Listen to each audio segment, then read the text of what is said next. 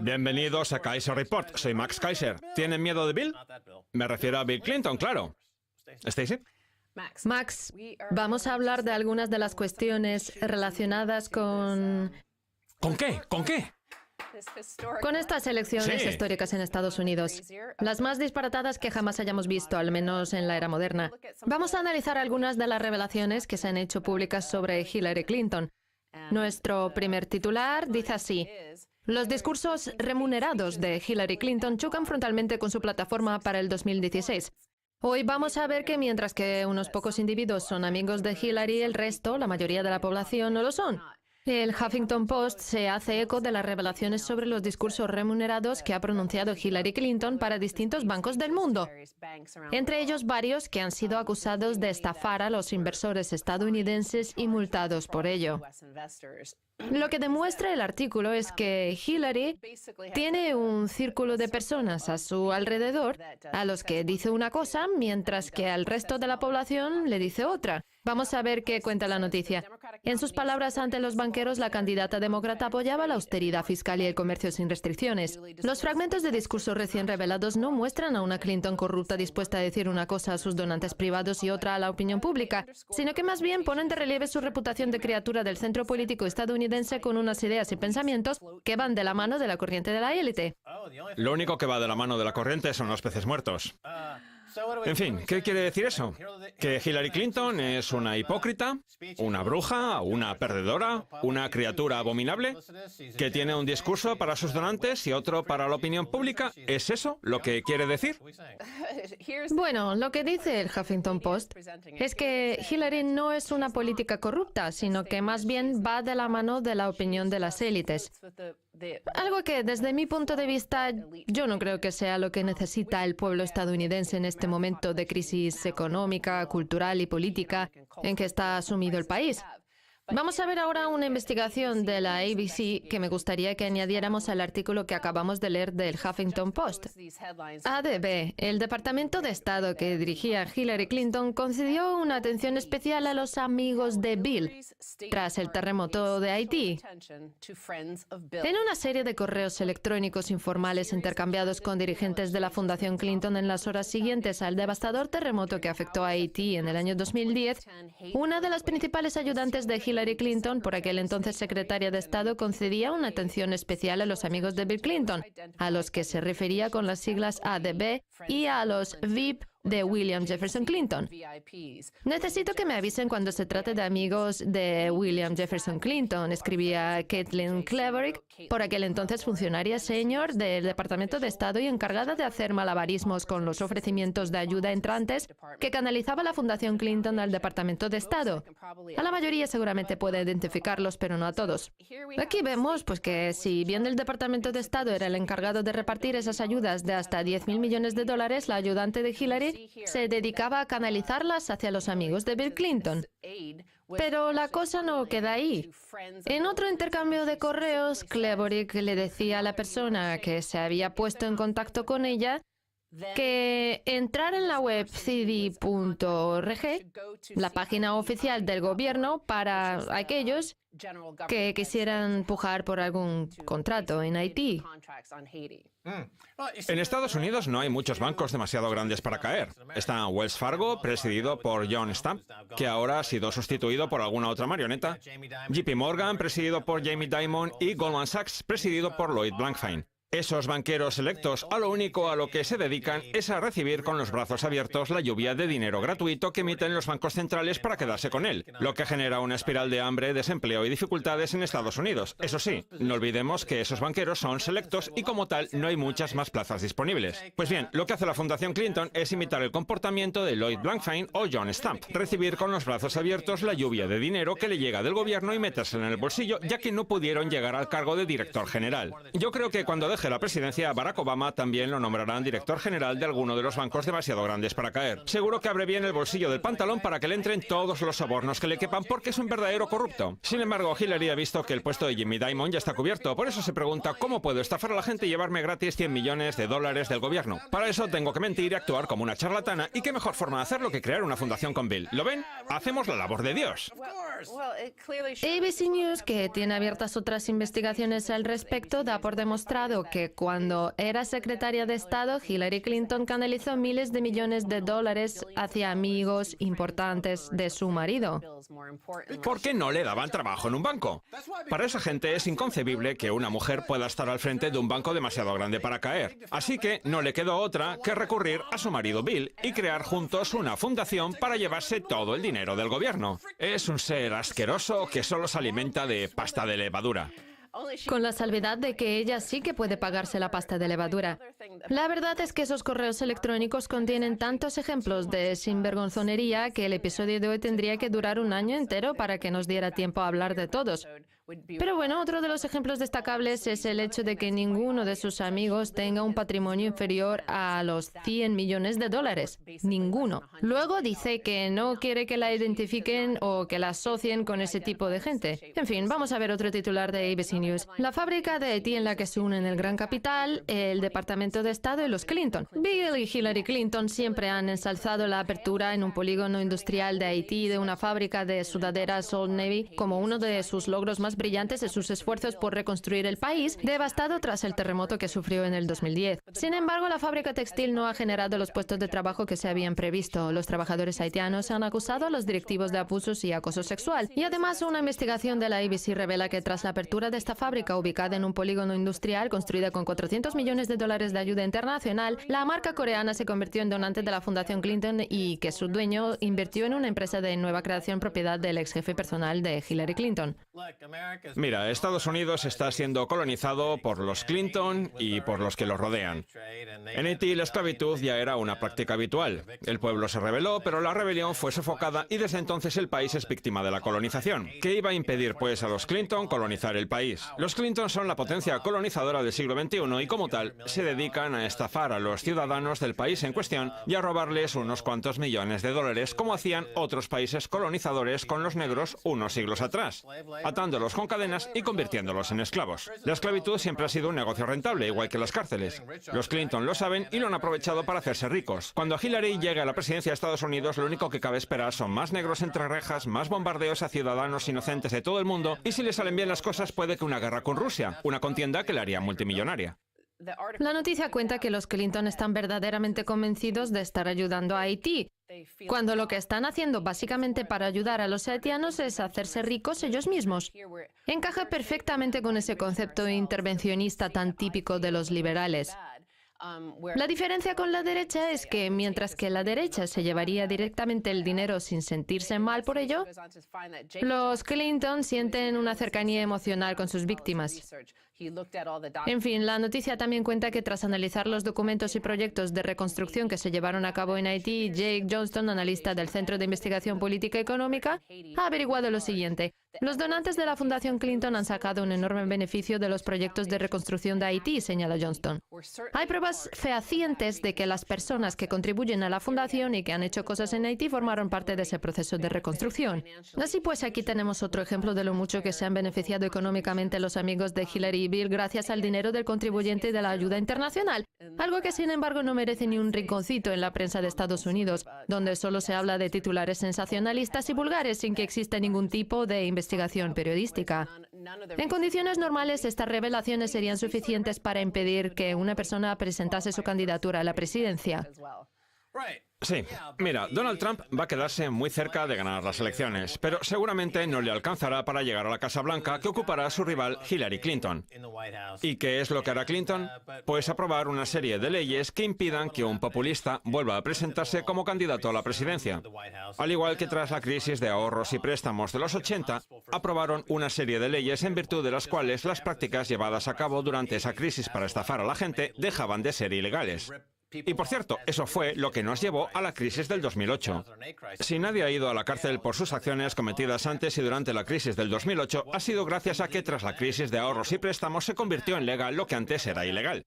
Cuando Clinton llegue a la Casa Blanca, se volverá aún más paranoica, aprobará nuevas leyes draconianas de vigilancia, meterá más gente en la cárcel, expandirá el modelo económico estadounidense del casino Gulag y Estados Unidos se convertirá en una desafortunada caricatura de lo que en su día fue un gran país democrático. Las investigaciones de las últimas semanas demuestran que el 70% de los estadounidenses tienen menos de $1,000 ahorrados. Sin embargo, en los correos que Hillary intercambió con John Podesta, su jefe de campaña, se demuestra que ella aceptaba ir a ver a un multimillonario saudita si ese multimillonario donaba $6 millones a la fundación.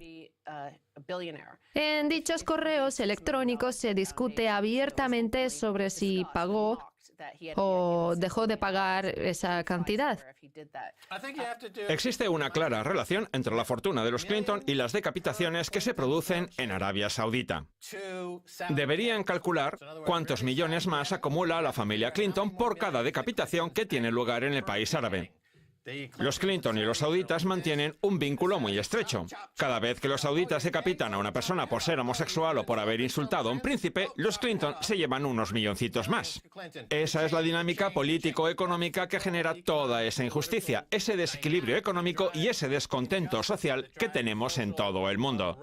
Lo que pasa es que eso a los estadounidenses parece darles igual. Lo único que les importa es que si el precio de la gasolina sube medio centavo, ya no podrán comprarse ese juguete sexual de Amazon para el que tanto tiempo llevan ahorrando. Los correos electrónicos también demuestran que Hillary se echó para atrás en sus planes de implantar un sistema sanitario con un único pagador en Colorado, por ejemplo, después de que el sector de los seguros le aflojara una considerable suma de dinero. En fin, vamos a ver ahora un titular sobre Minnesota, un estado tradicionalmente demócrata, y así se espera que lo siga siendo en las próximas elecciones, cuyo gobierno ha declarado que ya no puede pagar el programa Obamacare, un programa del que Hillary se ha mostrado partidaria, quizá para conseguir el apoyo de Obama y que éste haga campaña a su favor. Minnesota, al borde de la quiebra, subirá los precios de Obamacare un 50%. Según anunció el consejero de Comercio del Estado el pasado viernes, Minnesota dejará que las compañías de seguros de salud que forman parte de su mercado Obamacare suban los precios el año que viene al menos un 50% como consecuencia de la situación del mercado individual que se encuentra al borde de la quiebra. La subida oscilará entre el 50 y el 67%. Es un incremento medio del 60% que afectará al 5% de la población del Estado. Igual que tener a una persona metida en la cárcel cuesta por lo menos $100.000, mucho más que mandarla a estudiar a Harvard, también resulta mucho menos rentable desde el punto de vista económico subir el precio de la sanidad que ofrecerle a la gente un programa de salud que pueda sostener a un país dinámico, saludable y en crecimiento. Lo que pasa es que como tenemos un complejo penitenciario industrial basado en el modelo del casino Gulag, Hillary Clinton está deseando presidirlo porque sabe que gracias a él podrá sacarse un dinerillo extra. En fin, no se pierdan la segunda parte, tenemos mucho más.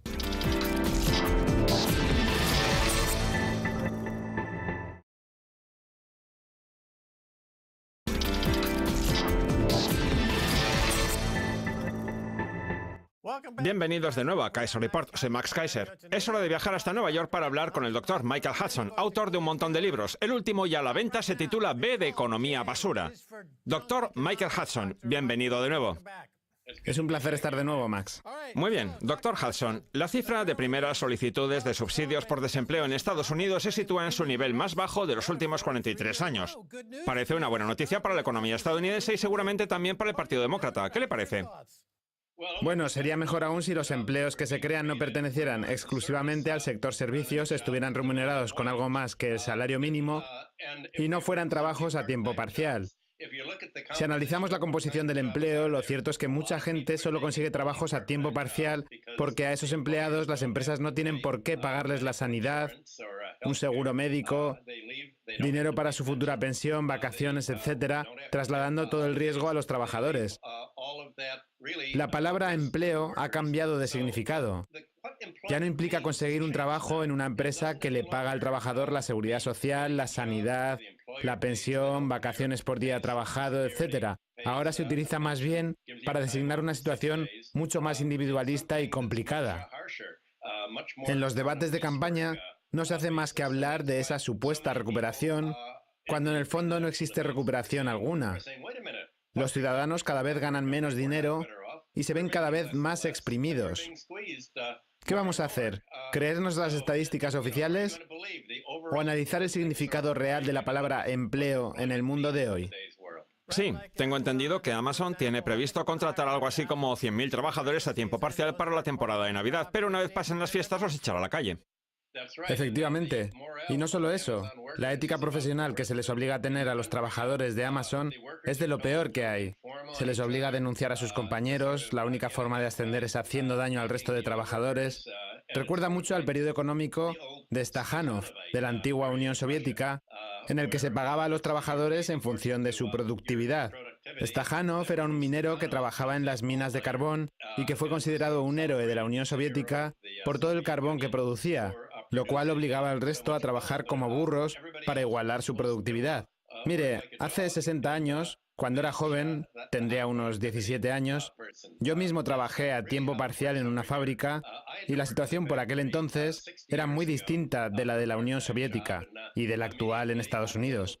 De hecho, mis compañeros me decían que no trabajara tan deprisa, que si seguía trabajando a ese ritmo, ellos también iban a tener que hacerlo a toda velocidad.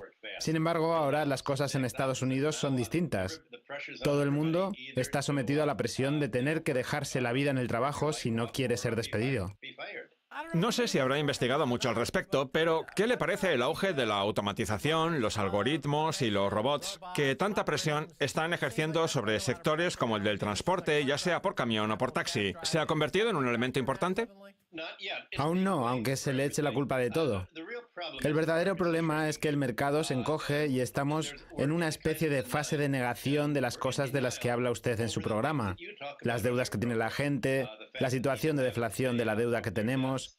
Sin embargo, en lugar de echarle la culpa al hecho de que cada vez se dedique más dinero al sector inmobiliario, financiero y de los seguros, se ha puesto de moda decir que la automatización está echando a la calle a muchos trabajadores. No en vano conviene señalar que todavía no existen camiones ni automóviles sin conductor, por lo que no podemos decir que el mundo esté especialmente automatizado, con la salvedad de los contestadores automáticos que nos obligan a hablar con una máquina en lugar de con una persona cuando llamamos a una empresa, y que encima nos hacen perder más tiempo del que nos ahorran. De acuerdo. Los correos electrónicos de Podesta que se han filtrado recientemente demuestran que un mes antes de las elecciones del 2008, el Citigroup eligió a la práctica totalidad del gabinete de Obama. Un hecho llamativo del que seguro que usted tiene constancia. Pues bien, mi pregunta ahora es, ¿qué banco será el que elija al gabinete de Hillary? ¿Sabemos quién será el nuevo secretario del Tesoro a juzgar por toda esa información privilegiada que los bancos de Wall Street se pasan los unos a los otros, Michael? Cuando habla del Citigroup, supongo que se referirá a Robert Rabin, que tras dejar su cargo público se incorporó al Citibank, porque todo el gabinete de Obama procedía de Goldman Sachs, el mismo banco que elegirá quién será el próximo secretario del Tesoro. Sabemos que en un discurso pronunciado ante Goldman Sachs, Hillary afirmó que hacía falta tener en el gabinete a profesionales que supieran de banca y que procedieran del sector, que son los más adecuados para ejercer el papel de reguladores y para dirigir toda la industria bancaria, porque son los que más saben del tema. Así pues, seguramente elija a alguien de Goldman Sachs para el cargo, aunque está claro que no será Elizabeth Warren. Vamos a especular un poco. Pongámonos en la piel de Donald Trump, que, aunque ha sido muy hábil a la hora de atacar a ciertas figuras de la Fundación Clinton, quizás le habría ido mejor criticando a la gente de Goldman Sachs o a Jamie Dimon, de JP Morgan. Si tuviera usted que dirigir su estrategia ofensiva, ¿a quién pondría en la diana? O a lo mejor resulta que Trump lo está haciendo bien, no lo sé. ¿Qué opina usted? Yo iría por el banco fácil, que ahora mismo es Wells Fargo, y diría lo siguiente. Está claro que esa gente constituyó una organización delictiva.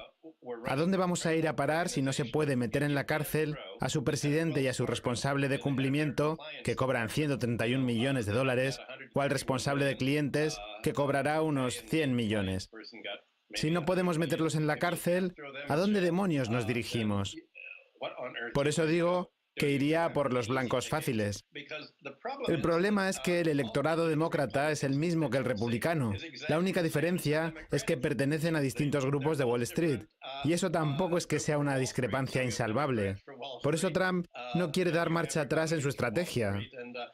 Ahora bien, si quisiera ser un demagogo verdaderamente inteligente, diría lo siguiente. Están todo el día diciendo que yo no pagué a los bancos, que los engañé.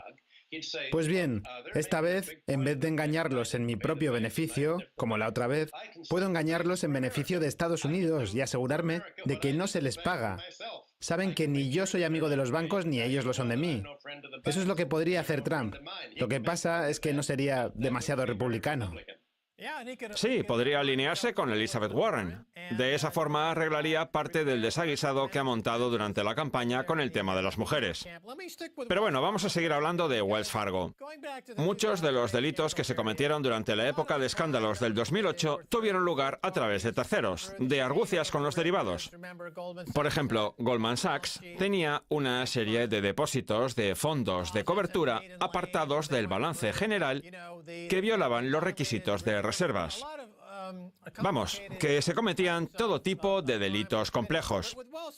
Sin embargo, lo que ha hecho Wells Fargo ha sido mucho más sencillo. Robarle el dinero directamente a 2 millones de clientes. Es igual que si un ladrón roba un banco. ¿Qué pasa? ¿Que como en Estados Unidos el Estado de Derecho brilla por su ausencia, ahora resulta que ese robo perpetrado por Wells Fargo es legal? De eso debería hablar Trump, porque se trata de un delito flagrante que ha afectado a muchísimas personas, sobre todo de California. Podría decir algo así como, no es que sean demasiado grandes para ir a la cárcel, es que le dan demasiado dinero a Hillary Clinton y al Congreso Nacional de los Demócratas como para acabar entre rejas. Seguro que le gustaría alinearse con Elizabeth Warren. Lo que pasa es que el sentimiento no es mutuo, al igual que tampoco lo fue con Bernie Sanders. Ese es el principal problema de Trump, que carece de aliados y no se le da bien colaborar con la gente.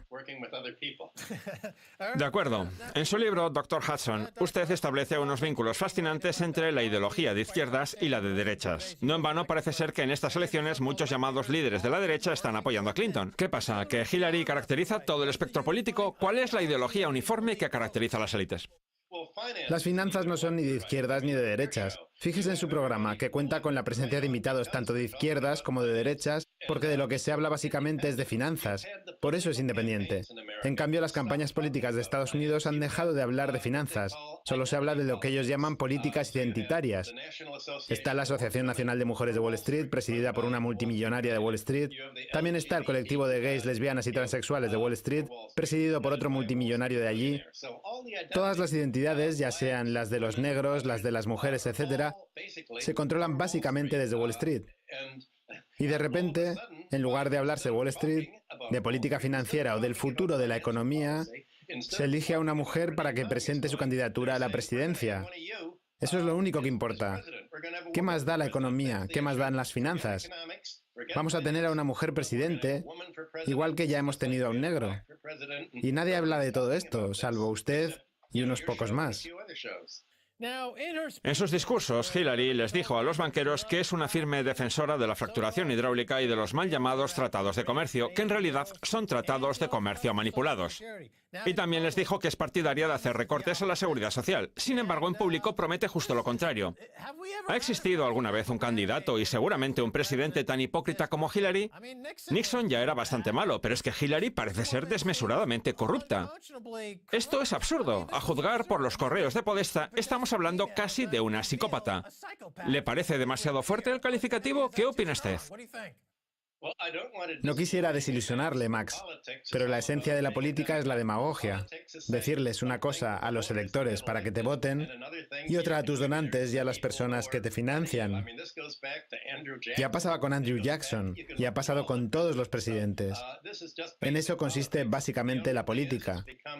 Lo que pasa es que ahora ha quedado más patente que nunca con todas esas revelaciones. Pero, insisto, la política es así. De acuerdo. O sea que Wikileaks y las redes sociales son como una especie de lupa que magnifica todo lo que ha existido hasta ahora y que deja aún más patente que la política es un mundo extremadamente corrupto. No es que Hillary sea más corrupta que sus predecesores, es que tenemos unos métodos más refinados para observarla.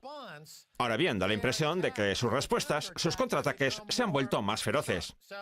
Por ejemplo, el RBS ha cerrado las cuentas que tenía RT en el Reino Unido como represalia por todo lo que hemos contado sobre la entidad. Los ánimos se están caldeando bastante entre ambos bandos, diría yo. ¿A dónde nos lleva eso? No solo es usted un gran economista, Dr. Hudson, sino también un excelente historiador, por lo que quizá pueda ayudarnos a poner las cosas en un contexto histórico.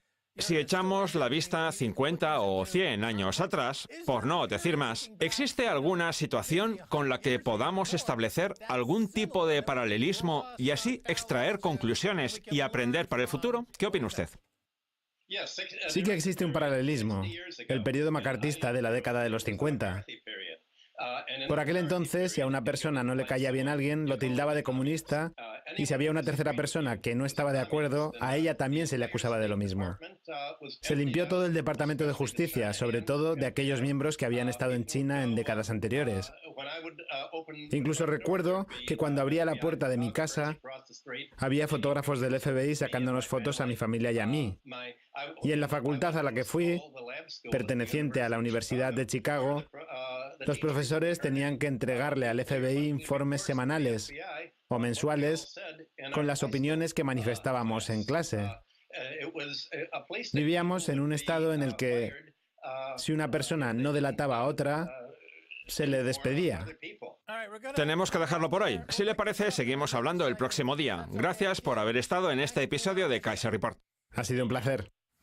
Esto es todo por hoy en Kaiser Report. Somos Max Kaiser y Stacey Herbert. Quiero dar las gracias a nuestro invitado, el Dr. Michael Hudson, cuyo nuevo libro se titula B de Economía Basura. Si quieren contactar con nosotros, escríbanos un tweet a Kaiser Report. Hasta la próxima. Adiós.